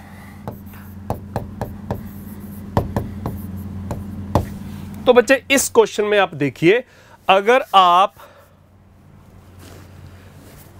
a को पुट कर दो, b ये तो आ गया बच्चे 4/20 जो है 1/5 आ गया, तो आप यहां से a को लिख सकते हो b डिवाइड बाय 5, a को अगर b डिवाइड बाय 5 लिख सकते हो, या आप b को लिखो इन टर्म्स ऑफ a, तो आप b को लिख सकते हो 5a, b ऊपर चला गया, a और 5 इकट्ठे हो गए 5a, तो b को 5a पुट करेंगे तो a into 5a is equal to 5/4, 5 और 5 कैंसिल, तो a स्क्वायर 1/2, तो a की वैल्यू क्या आ गई a स्क्वायर 1/4 आ गया, तो a की वैल्यू बच्चे क्या आ गई 1/2। तो अभी देखिए a की वैल्यू 1/2, जिसमें न्यूमरेटर 1 है, डिनोमिनेटर 2 है, इंटू b की जगह मैं फ्रैक्शन लिख देता हूं बच्चे x ओवर y में अगर a ऊपर x है तो नीचे क्या आएगा, एक का डिनोमिनेटर दूसरे से 2/5 है, तो दूसरे का 5 होगा, तो पहले का 2 होगा, तो x ओवर 5, सिर्फ न्यूमरेटर चाहिए, डिनोमिनेटर आ गया, सिर्फ न्यूमरेटर चाहिए, डिनोमिनेटर आ गया, तो वो किसके बराबर है बच्चे 5/4 4 के बराबर है। तो ये हमने इंटरेस्टिंग चीज पुट की है जो क्वेश्चन में दी हुई है। मैं फिर से समझा रहा हूं, हमने a over b is equal to 4/20 था, 1/5 लिखा तो b की वैल्यू 5 है, b की वैल्यू यहां पे 5a पुट की तो आपका a स्क्वायर 1/4 यानी कि a की वैल्यू 1/2 आ गई। तो पहला फ्रैक्शन a 1/2, दूसरा फ्रैक्शन जो b था उसे मैंने न्यूमिनेटर ओवर डिनोमिनेटर लिखना था तो x ओवर y, x तो x लिख दिया, y की जगह 5 कैसे लिख दिया, क्वेश्चन में से समझाता हूं, इक्वल टू 5/4। वो कह रहा है पहली फ्रैक्शन का जो डिनोमिनेटर है वो दूसरी का 2/5 है, तो दूसरी का अगर 5 है डिनोमिनेटर तो पहली का 2, या पहली का 2 है तो दूसरी का 5, पहली का 2 है तो दूसरी का 5, यहां से x की वैल्यू आ जाएगी। तो बच्चे x की वैल्यू क्या आ गई, x की वैल्यू आ गई 5, ऊपर चला गया 5 के साथ 25, नीचे 2, तो x की वैल्यू आ गई 25/2। और पूरी फ्रैक्शन b क्या हो जाएगी बच्चे, पूरी फ्रैक्शन हो जाएगी ऊपर x 25/2, नीचे 5 है तो 25/2 इंटू 5, 5/2 आ जाएगा। तो आपकी पहली फ्रैक्शन 1/2, दूसरी fraction 5/2, sum of both the fractions 1/2 plus 5/2 that is 6/2, answer आपका 3। तो इस क्वेश्चन का आंसर बच्चे आपका फर्स्ट ऑप्शन 3। फ्रैक्शंस पर बेस्ड इंटरेस्टिंग क्वेश्चंस पूछे गए हैं। ये 3 क्वेश्चंस फ्रैक्शंस पर बेस्ड कर लिए। चौथा क्वेश्चन आपके सामने है, the sum of numerator and denominator of a fraction is 5 less than thrice the denominator. एक ही फ्रैक्शन की बात हो रही है, उसके न्यूमरेटर और डिनोमिनेटर के बारे में। वो कह रहे हैं कि न्यूमरेटर और डिनोमिनेटर का जो सम है, अगर हम फ्रैक्शन को बच्चे x ओवर y मान लें, a ओवर b या a ओवर b मान लें, तो न्यूमरेटर a डिनोमिनेटर b, वो कह रहा है a और b का सम किसके बराबर है, 5 लेस देन, 5 का मैं किससे, थ्राइस द डिनोमिनेटर, डिनोमिनेटर के 3 गुना से 5 कम है, तो ये इक्वल हो गया। तो b एक तरफ 2b, 5 इधर ऐड हो जाएगा, तो a प्लस 5 को हम 2b लिख सकते हैं।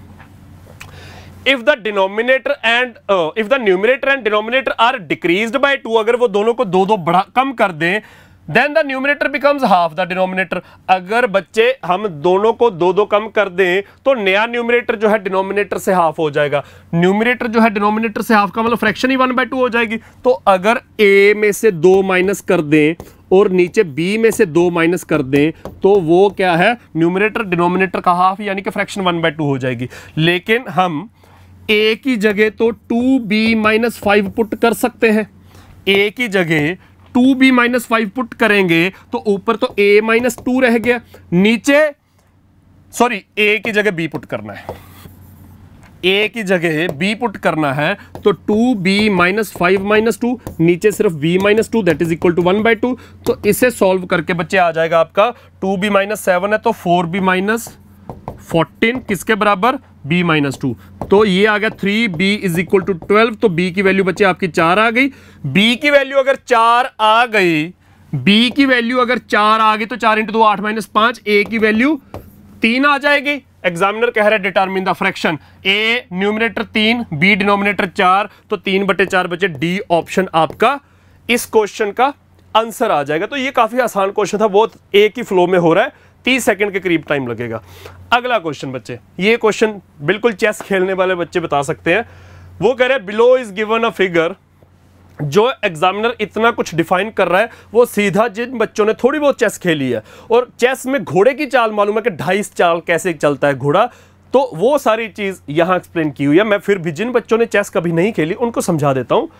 Below is given a figure in which a horse is placed on one of the boxes in a square grid of size 5/5। तो बच्चे ये जो सारे का सारा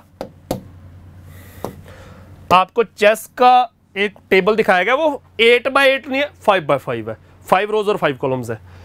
वहां एक कॉर्नर पे घोड़ा है, the horse can move in either of the following ways in a single move. तो घोड़ा एक मूव में किस तरह से मूव कर सकता है, एक मूव में एक मूवमेंट उसकी किस तरह की हो सकती है वो दिया हुआ है। उससे पहले मैं दिखा दूं कि ये जो 5x5 का ग्रिड बनाया है, यहां कुछ तो व्हाइट स्पॉट्स है, कुछ ग्रे की हुई है, कुछ शेड की हुई है ग्रे, कुछ व्हाइट प्लेन है। तो वो कह रहे हैं कि घोड़ा किस तरह से मूव कर सकता है, 2 boxes to the either left और राइट, 2 लेफ्ट या राइट, आइदर लेफ्ट की तरफ 2, आइदर राइट की तरफ 2, फिर एक ऊपर या नीचे। तो ये हो गया ना 2.5 के मैं एक जगह आगे जाऊं, एक और जगह आगे जाऊं, तो ये तो हो गए 2, एक लेफ्ट या राइट हो सकता हूं, तो ये हो गए 2.5।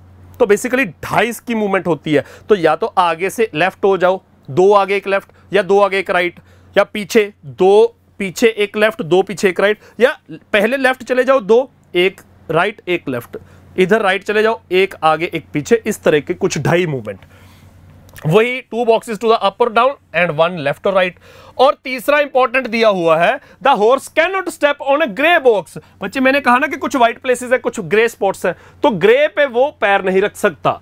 The horse has to stay within the grid, grid से बाहर भी नहीं जा सकता। Any move out of it is illegal, not legal, तो बाहर नहीं जा सकता। तो इस तरह से हाउ मेनी व्हाइट बॉक्सेस दिख रहे हैं ना, कुछ तो ग्रे है, are there which can not be covered by the horse within 3 moves. तो हॉर्स हमारा घोड़ा 3 मूवमेंट्स कर सकता है, 3 चालें चल सकता है। तो 3 चालें चलता हुआ वो कितने व्हाइट बॉक्सेस में जा ही नहीं सकता। तो देखिए पहले तो बच्चे यहां पे खड़ा है, वो यहां से अगर वो देखे तो बच्चे 2.5 मूवमेंट यहां पे बन गई, तो यहां जा सकता है। ये 2.5 मूवमेंट बन गई ना, 2 राइट गया 1 नीचे आ गया, फिर यहां से 1 2 2.5 ये बन गई, यहां भी जा सकता है, 2 मूवमेंट्स हो गई। यहां से ये 2.5 बन गई, तीसरी मूवमेंट। तो 3 मूवमेंट्स पॉसिबल, 3 मूवमेंट्स अलाउड है ना। तो पहली पे यहां, फिर यहां, फिर यहां, तो यहां जिन जिन जगह मैंने टिक मार्क कर दी वहां जा सकता है।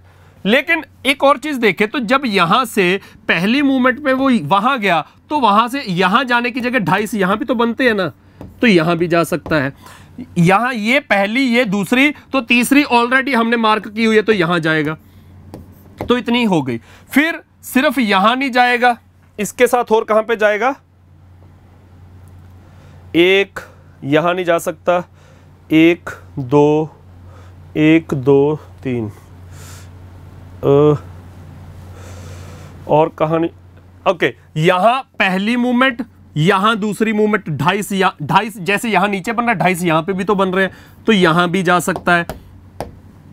और ओके, तो 1 2 3 यहां पे भी जा सकता है, 2.5 मूवमेंट, 2.5 चालें। तो इसके बाद और कहीं नहीं जा सकता। तो कितने जगह वो नहीं जा सकता, 1 2 3 4 और 5। तो बच्चे वो 5 जगहों पे डी ऑप्शन नहीं जा सकता। तो हमारा क्वेश्चन भी वही था, how many white boxes are there which can not be covered. तो कैन नॉट बी कवर्ड वाले वो 5 जहां पे वो नहीं जा सकता, मार्क कर दिया, टिक मार्क कर दिया जहां पे जा सकता है। अगला क्वेश्चन देखिए बच्चे, there are 8 patients in a hotel. हमने जब ये क्वेश्चन स्टार्ट किए थे तो पहला ही क्वेश्चन हमारा एवरेज का था, ये भी एवरेज का क्वेश्चन है। वो कह रहा है कि टोटल 8 पेशेंट है, the average weight of the 7 lightest, 8 में जो 7 सबसे कम वाले यानी कि सबसे हैवीएस्ट को हटा के बाकी जो 7 है उनकी एवरेज 45 kg है। And the average weight of the 7 heaviest, मतलब सबसे लाइट वाले को हटा के जो 7 हैवीएस्ट है उनकी एवरेज 52 kg है। The difference between the wait of the heaviest and the lightest. तो बच्चे जो 8 पेशेंट हैं, 8 में से अगर हम सबसे हैवी वाले को हटा दें तो बाकी के 7 लाइट बच गए। मैं थोड़ा इधर बताता हूं। तो बच्चे जो 8 पेशेंट है, 8 में से 1 लाइटेस्ट होगा, 1 हैवीएस्ट होगा, 6 पेशेंट और बीच में होंगे। टोटल 8 हो गए, 1 6 और 1 7 और 1 8। तो वो कह रहे हैं कि अगर 7 लाइटेस्ट की बात करें, इनकी बात करें, तो इन 7 की एवरेज है 45, और अगर 7 इनकी बात करें तो इनकी एवरेज है 52। ऐसे दिया हुआ है। तो वो इन दोनों का, लाइट वाले और हैवी वाले का डिफरेंस पूछ रहा है। तो बच्चे आप देखिए एवरेज कितनी ज्यादा है, मार्कर का कलर येलो करके बता रहा हूं मैं। एवरेज कितनी ज्यादा है, 7। लेकिन कितने लोगों की एवरेज है, पहले केस में भी 7 की एवरेज है ना, लाइटेस्ट प्लस 6 टोटल 7। दूसरे में भी 7 की एवरेज है, 6 और हैवीएस्ट टोटल 7। तो एवरेज का मतलब इक्वल डिस्ट्रीब्यूशन, यानी कि हर एक का 7 ज्यादा है। तो 7 लोगों का कितना ज्यादा हुआ, 7 लोगों का 7 × 7 49 ज्यादा हुआ, 49 का डिफरेंस हुआ। लेकिन जो 49 का डिफरेंस है वो 6 पेशेंट तो इधर भी वही है, 6 पेशेंट उधर भी वही है, तो उनमें तो डिफरेंस 0 होगा। तो वो 49 का सारा डिफरेंस किसका है, लाइट टेस्ट और हैवीएस्ट वाले का। तो लाइट टेस्ट और हैवीएस्ट वाले का डिफरेंस सी ऑप्शन आपका 49 kg। तो इस क्वेश्चन का आंसर बहुत आसानी से आ जाना चाहिए था, ये आपके सामने 49 kg। अगला क्वेश्चन देखिए बच्चे,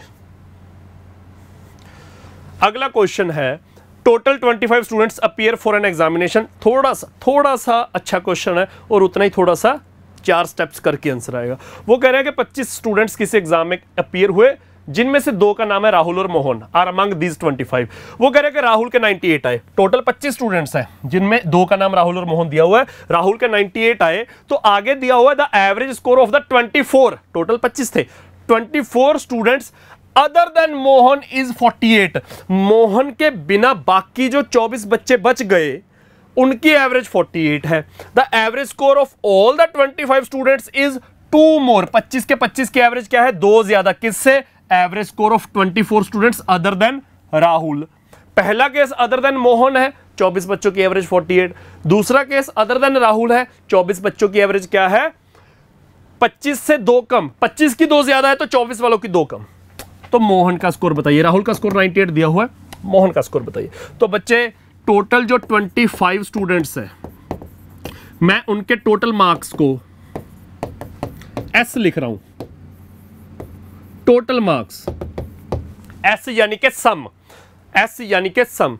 तो मोहन के मार्क्स को मैं एम लिखूंगा, राहुल के मार्क्स वैसे तो 98 दिए हुए हैं, मैं आर भी लिख सकता हूं या 98 यूज कर सकता हूं। तो देखिए पहले वो कह रहा है कि मोहन के बिना एवरेज 48 बनी, तो मोहन के बिना सम क्या बना? S minus Mohan. सभी 25 का सम एस, उसमें से मोहन के माइनस करो, 24 बच्चे रह गए, तो 24 से डिवाइड करके एवरेज 48 बनी। एक तो ये केस दिया हुआ है, हमें यही केस दिया है ना, टोटल सभी बच्चों का सम एस बन रहा है, तो उसमें से मोहन हटा के बताना ना 24 बच्चों का, तो सम में से मोहन के मार्क्स माइनस किए, तो 24 बच्चे रह गए, तो 24 की एवरेज डिवाइड बाय 24 करके आ गई 48। दूसरे केस में वो कह रहा है 25 की एवरेज, 25 की एवरेज 2 ज्यादा है, तो 25 की एवरेज तो एस बटे 25, ये 2 ज्यादा है किससे? 24 की एवरेज राहुल के बिना, तो एस माइनस आर, आर को मैं 98 ही लिख लेता हूं। ये 24 बच्चे बच गए तो डिवाइड बाय 24, इससे 2 ज्यादा है ये।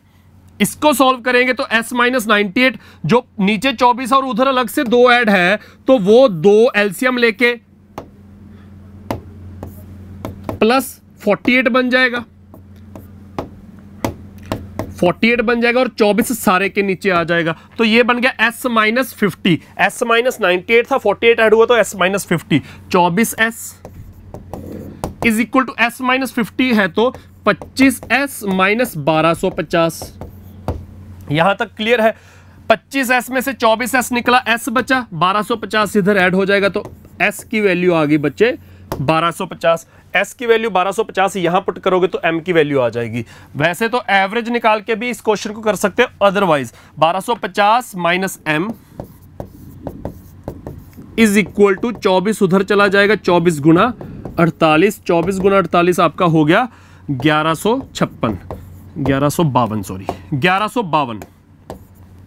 तो 1250 माइनस m अगर 1152 के बराबर है तो m की वैल्यू 1250 में से 1152 माइनस हुए 98। तो जितने राहुल के मार्क्स उतने ही आपके मोहन के मार्क्स आ जाएंगे। इस क्वेश्चन का आंसर आपका 98। तो इस वैल्यू को यहां पे पुट करने के बाद हमने इस क्वेश्चन में m की वैल्यू बड़े आराम से 98 निकाल ली। तो बच्चे अगले 2-3 क्वेश्चन आपके एजेस के, और फिर मेरे ख्याल से यही क्वेश्चंस है आपके। The parents have m number of children, ये एवरेज का ही क्वेश्चन है शायद। वो कह रहे हैं कि किसी पेरेंट्स यानी कि 2 लोग, मदर और फादर, उनके टोटल m बच्चे हैं। The average age of father mother दोनों वो और सभी के सभी m बच्चे, उनकी एवरेज 20 है। अगर वो कह रहे हैं कि फादर की एज 48 ईयर्स है तो average age of mother and m children is 16। तो बताइए m की वैल्यू क्या है? तो बच्चे father plus mother plus m children, इनकी एवरेज क्या है? 20। अगर इसमें से फादर एक्सक्लूड कर दे तो मदर प्लस m चिल्ड्रन, इनकी एवरेज क्या रह जाएगी? 16। तो बच्चे एवरेज का मतलब मैंने क्या बताया था? इक्वल डिस्ट्रीब्यूशन, सभी की वैल्यू उतनी। तो जो हमारा पहला केस है कि फादर मदर और m बच्चे, उनकी एवरेज आपको 20 दी हुई है, तो हम मान के चल सकते हैं कि भाई फादर भी 20 साल का, मदर भी 20 साल की, जितने भी m बच्चे हैं सभी 20 साल के। हम एक बार मान के चल सकते हैं, पॉसिबल नहीं है, मान के चलते हैं कि सभी 20 के।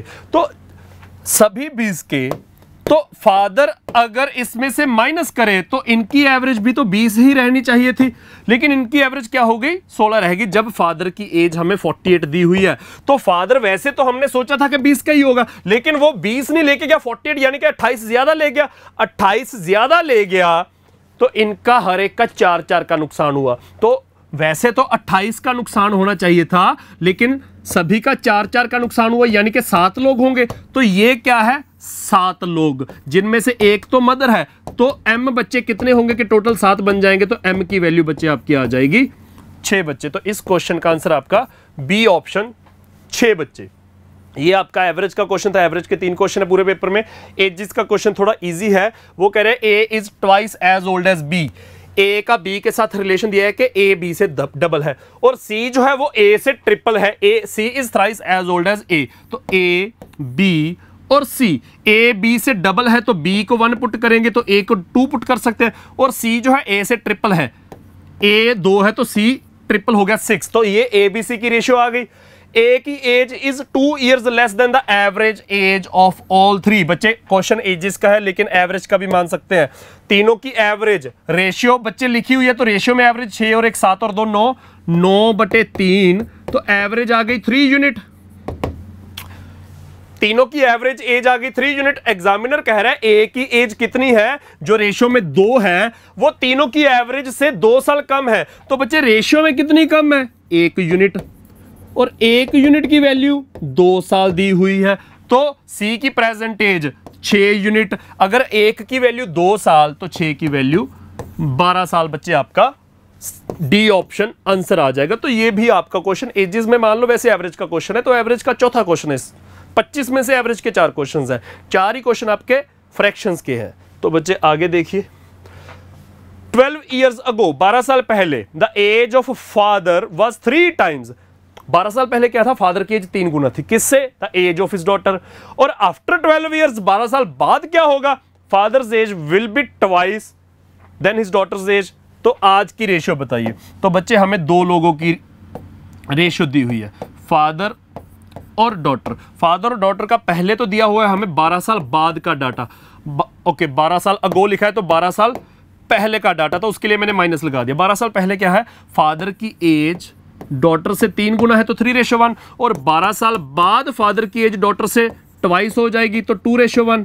तो आपने इन क्वेश्चंस में हमेशा क्या करना होता है, क्योंकि 2 पर्सन्स के केस में मैं हमेशा बताता हूं कि 2 पर्सन्स, कोई भी 2 पर्सन्स हो, ए और बी हो, नेहा और नेहा की मदर हो, राम और श्याम हो, सीता और गीता हो, मोदी और अमित शाह हो, कोई भी 2 पर्सन हो, उनका एज डिफरेंस हमेशा ही सेम होगा। आज भी, कभी पहले कभी बाद में, हमेशा 2 पर्सन्स का एज डिफरेंस सेम होता है। तो 2 पर्सन्स का एज डिफरेंस अगर ईयर्स में हमेशा सेम होता है तो रेशियो में भी सेम होना चाहिए। तो आपने बस रेशियो में डिफरेंस सेम करना है। तो बच्चे डिफरेंस कितना है, 3 और 1 का 2, 2 और 1 का 1। डिफरेंस बराबर करने के लिए 2 और 1 का एलसीएम, 2 और 1 का एलसीएम 2 आ गया, तो दोनों तरफ 2 बनाइए। ये ऑलरेडी 2 है, ऑलरेडी 2 है, तो ये 3 और 1 ही रहेगा।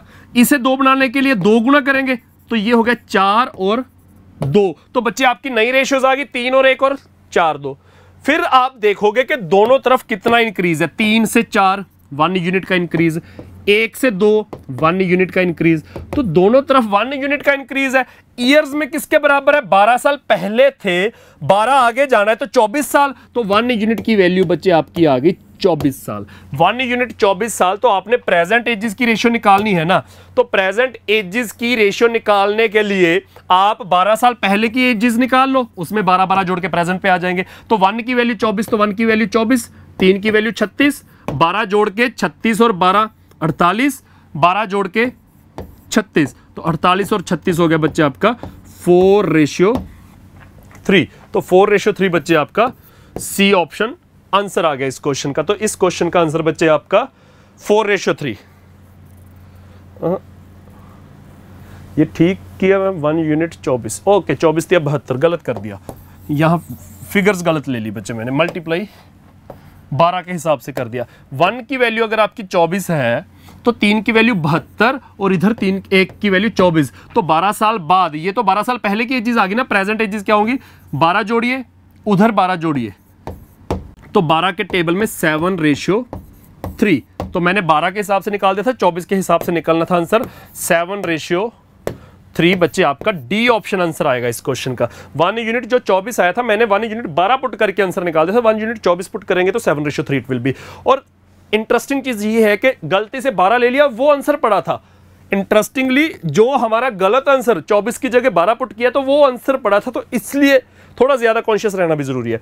अगला क्वेश्चन बच्चे, a mother has decided to sum and product the ages of her children Ishan and Anushka. The sum and product of their ages are 18. एक मदर जिसके 2 बच्चे हैं, एक ईशान और एक अनुष्का, उनकी मदर ने चाहा कि मैं अपने बच्चों की एजेस का सम भी करूं, प्रोडक्ट भी करूं। तो सम आ गया 18, प्रोडक्ट आ गया 56 respectively. Then the solution of which quadratic equation gives the possible ages of Ishan and Anushka. तो बच्चे एग्जामिनर पूछ रहे हैं कि इनमें से कौन सी क्वाड्रेटिक इक्वेशन है जो ईशान और अनुष्का दोनों की एजेस का पॉसिबल एक्सप्रेशन डिनोट कर रहे हैं। तो बच्चे देखिए, दोनों का सम हमें कितना दिया हुआ है क्वेश्चन में 18, दोनों जो बच्चे हैं उसके उनका हमें क्वेश्चन में सम दिया हुआ है 18। तो एक की एज अगर, क्योंकि एक्सप्रेशन बच्चे हमारा x की फॉर्म में है, x स्क्वायर है, तो एक की एज अगर हम x मान ले तो दूसरे की एज x से 18 माइनस कर दे, सॉरी 18 में से x माइनस कर दे तो दूसरे की एज आ गई 18 माइनस x। क्योंकि ईशान प्लस अनुष्का x 18 है, अगर एक को x मान ले तो x में क्या ऐड करे कि 18 आ जाए, x उधर जाके 18 माइनस x हो जाएगा, दूसरे की एज आ जाएगी। तो एक की x दूसरे की 18 माइनस x। इनका प्रोडक्ट 56 है, तो प्रोडक्ट देखिए, इधर x उधर 18 माइनस x, ये 56 के बराबर। तो ब्रैकेट खोलेंगे 18x, ब्रैकेट खोलेंगे minus x square is equal to 56। तो एक्स स्क्वायर उधर जाके प्लस हो जाएगा, 18x उधर माइनस हो जाएगा, 56 ऑलरेडी प्लस बैठा है, ये सारा 0 के बराबर आ जाएगा। तो हमारा पॉसिबल क्वाड्रेटिक इक्वेशन का कौन सा एक्सप्रेशन है, x square minus 18x plus 56 is equal to 0, D option हमारा आंसर है। तो बच्चे इतना आसान क्वेश्चन था। एक स्टूडेंट, एक बच्चे की एज आपने x मान लेनी है तो दूसरे की 18 में से x माइनस करके, तो उनका प्रोडक्ट 56 के इक्वल पुट करोगे तो आपकी क्वाड्रेटिक इक्वेशन बनी बनाई आ जाएगी। अगला question, the product of with his age years में 3 years ago and her age 5 years later. Vidhi एक लड़की है, उसकी 3 साल पहले की एज और उसी की 5 साल बाद की एज का प्रोडक्ट क्या है, एक ज्यादा।